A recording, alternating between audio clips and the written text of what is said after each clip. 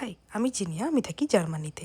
আমি এসেছি বছর ৩ পরে বাড়িতে ছুটি কাটাতে। সবাই বাড়িতে এসে এদিকে ওদিকে ঘুরতে যায়, বন্ধুদের সাথে খেতে যায়, কিন্তু আমি কিন্তু একটু অন্যরকম। জানি না লোকে আমাকে কি বলবে, তবে আমি বাজার করতে বড্ড ভালোবাসি।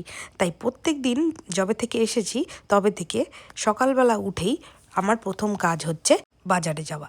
বাজারে যাওয়ার আগেই একজন কাকু পাড়ার সিনি আসেন আমাদের বাড়িতে, হাঁক দেয়, আর তখনই আমি বাইরে বেরিয়ে যা মাছ পছন্দ হয় সেটা কিনছি। আগের দিন যেহেতু অনেকগুলো মাছ আনা হয়েছে, তাই আজকে ভাবলাম যাই শুধু একটু কাতলা মাছের পেটিটা নিই। কারণ এমনি ভালো লাগে না পুরো কাতলা মাছের গাদা কাটাওয়ালা খেতে, পেটিটা একটু গরম গরম ভাজা বেশ ভাতের পাতে ভালোই লাগে। তাই জন্য পুরো মাছটারই পেটিটা নিয়ে নিলাম। তোমরা আমার মতো কারা মাছ খেতে ভালোবাসো প্লিজ কমেন্টে জানিও। আজকে মাছ তো নিচ্ছি, তার সাথে যাব হচ্ছে হাটে। গোপালনগরের ওদিকে মেয়েদের হাট বসে, সেই হাটেই আজকে যাওয়ার ইচ্ছা। শুনেছি নাকি ওখানে অনেক গবাদি পশু বিক্রি হয়, হাঁস মুরগি বিভিন্ন রকমের। তাই ওখানেই যাব, গিয়ে কিনবো হাঁস। রাতে হবে গরম গরম হাঁসের মাংস আর ভাত।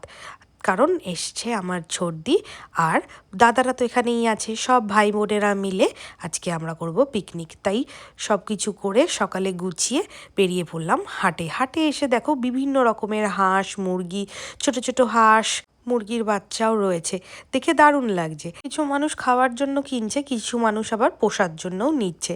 এই যে সামনে দেখো এখানে ছোট ছোট রয়েছে, এগুলো কিন্তু পোষার জন্য অনেকেই কিনে নিয়ে যাচ্ছে। এদিকে আবার করকনাথ মুরগি, সেই কালো কালো মুরগিগুলো হয়, সেইগুলোও রয়েছে। একটা পালিয়ে যাচ্ছিল, বললাম ধরে নিতে, তাই উনি ধরে নিল। তারপরে আমরা এই দোকানটায় এসে পিকনিকের জন্য 3টে হাঁস নিয়ে নিলাম। এই যে দেখো ছোটদি, এদিকে হচ্ছে বড়দাদা, আর এই সাইডে রয়েছে হচ্ছে মেজদাদা। তো আমরা আজকে 4জন এসেছিলাম। ফেরার পথে চাকদা রোডের এই চায়ের দোকানটা থেকে একটু ব্রেকফাস্ট করে নিলাম আমরা। পিকনিকে কেমন মজা করলাম জানতে হলে ফলো করে নিও।